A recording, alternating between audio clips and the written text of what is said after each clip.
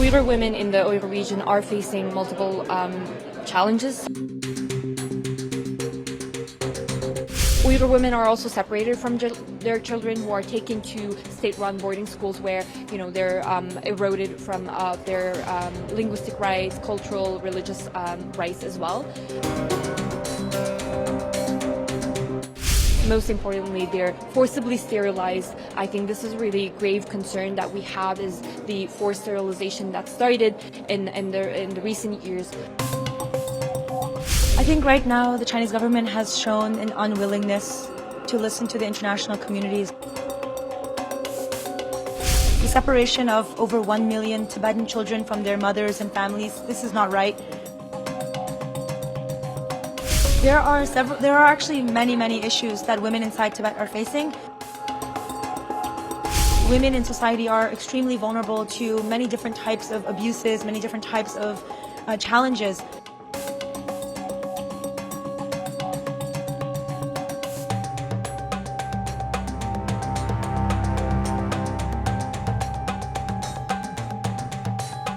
So what sort of issues the women in Xinjiang province is facing?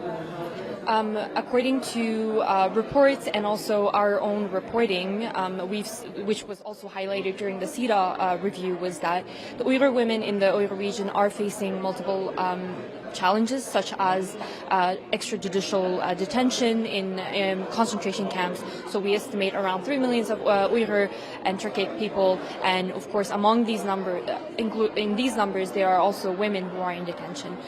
Beyond this, there is also coerced marriages of Uyghur women between Uyghur women and Han men, who are also receiving incentives and subsidies from the government to encourage these inter-ethnic marriages. Uyghur women are also separated from their children, who are taken to state-run boarding schools where, they're eroded from their linguistic rights, cultural, religious rights as well. And then Uyghur women are also subjected to forced labor, where they work in small factories to produce, garment or other products and produce.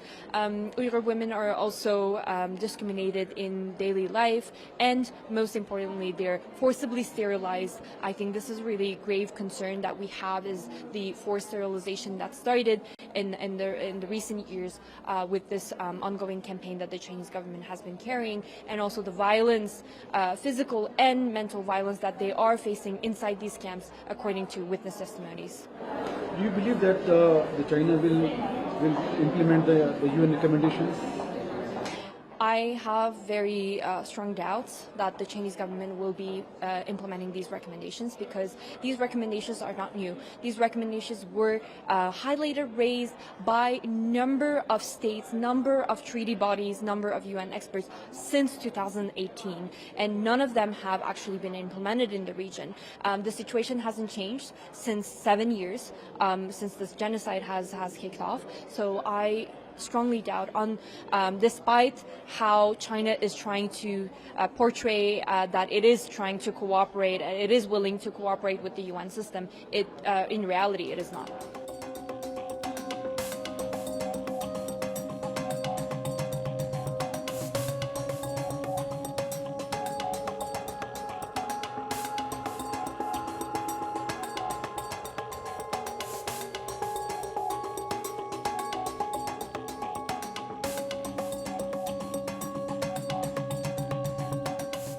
You raise the issues of the kind of repression the women in Tibet are facing due to Chinese atrocities. Do you believe that China is ready to follow the recommendations by the UN committee? I think right now the Chinese government has shown an unwillingness to listen to the international community's calls, to listen to the voices of Tibetans from inside Tibet and around the world. And that actually highlights the reason why it's more crucial now than ever for international communities and governments to come out and say, this is wrong. The separation of over 1 million Tibetan children from their mothers and families, this is not right. There's no way in which any society or any media spokesperson from the Chinese government can ever spin it in a way that this could be something that would benefit the Tibetan people. So I think in terms of governments, there is a need for accountability, but it doesn't end there. It also goes to the people.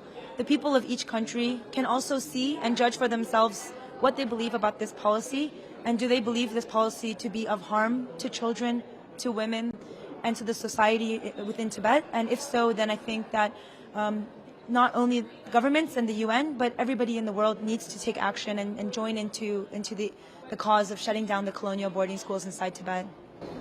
What sort of problems or the issues that women in Tibet are facing right now? There are actually many issues that women inside Tibet are facing.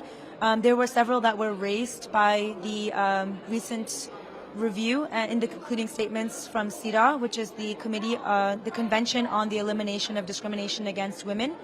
And so this committee that is focused on on upholding the rights of this convention had a treaty body review, and some of the really valuable ones that they raised were in regards to the separation of girls and women, like small girls and children, from their families and parents, as well as the confiscation of passports or the denial of passports on the basis of one's identity as a so-called ethnic minority.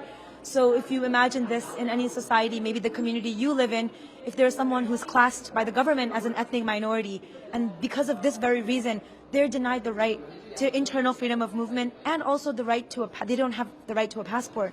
And in terms of many of us from different societies, we see the undue grievances this will cause in the life of a woman.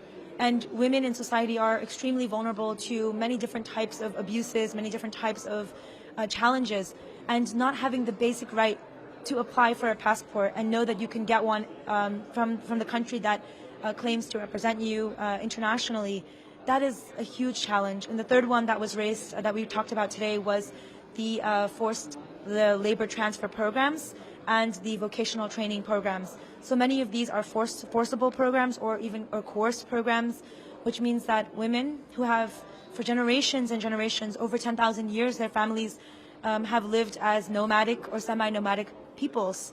So the practices of their culture and their identity have sustained the Tibetan plateau and the glaciers there, which actually provide water security for one-fifth of the world's population. So these are people that are living in India and Bangladesh and all around different regions.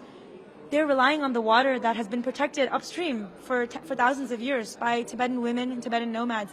And now these nomads are being stripped from their homes. These Tibetan women are being forced to leave their way of life, which protects billions of people around the world, and enter into these coerced vocational training programs that teach them low-skill, low-wage positions so that they enter into this almost sort of economic servitude towards the Chinese government to complete their mass production of goods. It's all a big system that many of us around the world are part of in some ways, and we have a power also to say we don't want to be a part of these systems in these ways.